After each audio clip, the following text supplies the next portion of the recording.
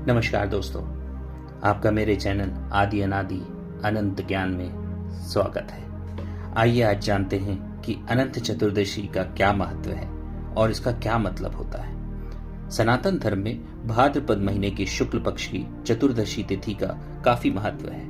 इस दिन भगवान विष्णु के अनंत रूपों की पूजा के साथ साथ श्री गणेश जी का विसर्जन भी किया जाता है।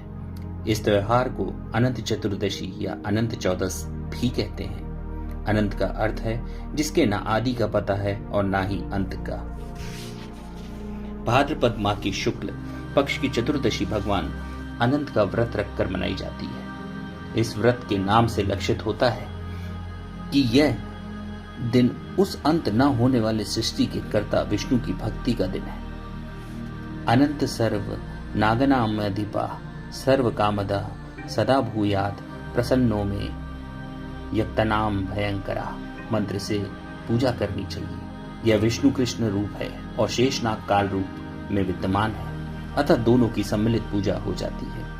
आइए इसके विधान के बारे में जानते हैं। स्नान करके कलश की स्थापना की जाती है। कलश पर अष्टदल कमल के समान बने बर्तन में कुशा से निर्मित अनंत भगवान की स्थापना की जाती है। उसके समीप 14 गांठ लगाकर हल्दी से रंगे कच्चे डोरे को रखें और गंध, अक्षत, पुष्प, धूप, दीप, नैवेद्य से पूजन करें। तत्पश्चात अनंत भगवान का ध्यान कर शुद्ध अनंत को अपनी दाईं भुजा में बांधना चाहिए। यह धागा अनंत फल देने वाला है। अनंत की 14 गांठें 14 लोगों की प्रतीक है। उनमें अनंत भगवान विद्यमान है। आइए इसी से जुड़ी कथा के बारे में सुनते हैं। एक बार महाराज युधिष्ठिर ने राजसूय यज्ञ किया। यज्ञ मंडप पर निर्माण सुंदर तो था ही, अद्भुत भी था। उसमें स्थल में जल और जल में स्थल की भ्रांति होती थी। यज्ञ मंडप की शोभा निहारते निहारते दुर्योधन एक जगह को स्थल समझकर कुंड में जा गिरा। द्रौपदी ने उसका उपहास उड़ाते हुए कहा कि अंधे की संतान भी अंधी है। यह बात उसके हृदय में बाण की तरह चुभ गई। कुछ दिनों बाद उसका बदला लेने के लिए पांडवों को हस्तिनापुर बुलाकर धूतगृणा में छल से परास्त किया।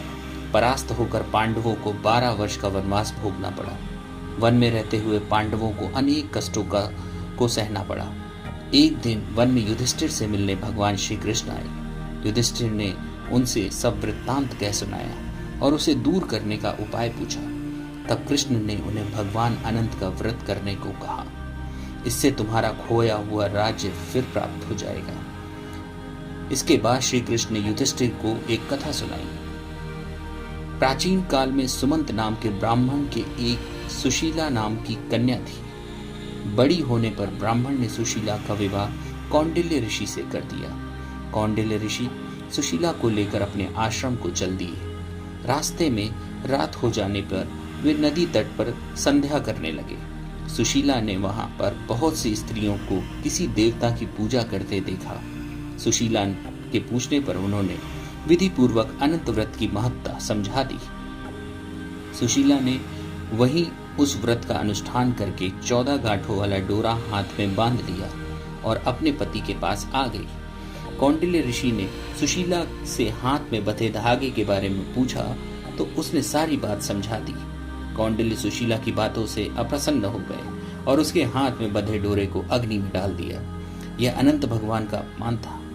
कौंडिल्य ऋषि की सुख संपत्ति नष्ट हो गई। सुशीला ने इसका कारण डोरे के जलने की बात दोहराई। पश्चाताप करते हुए ऋषि भगवान अनंत की खोज में वन में चले गए।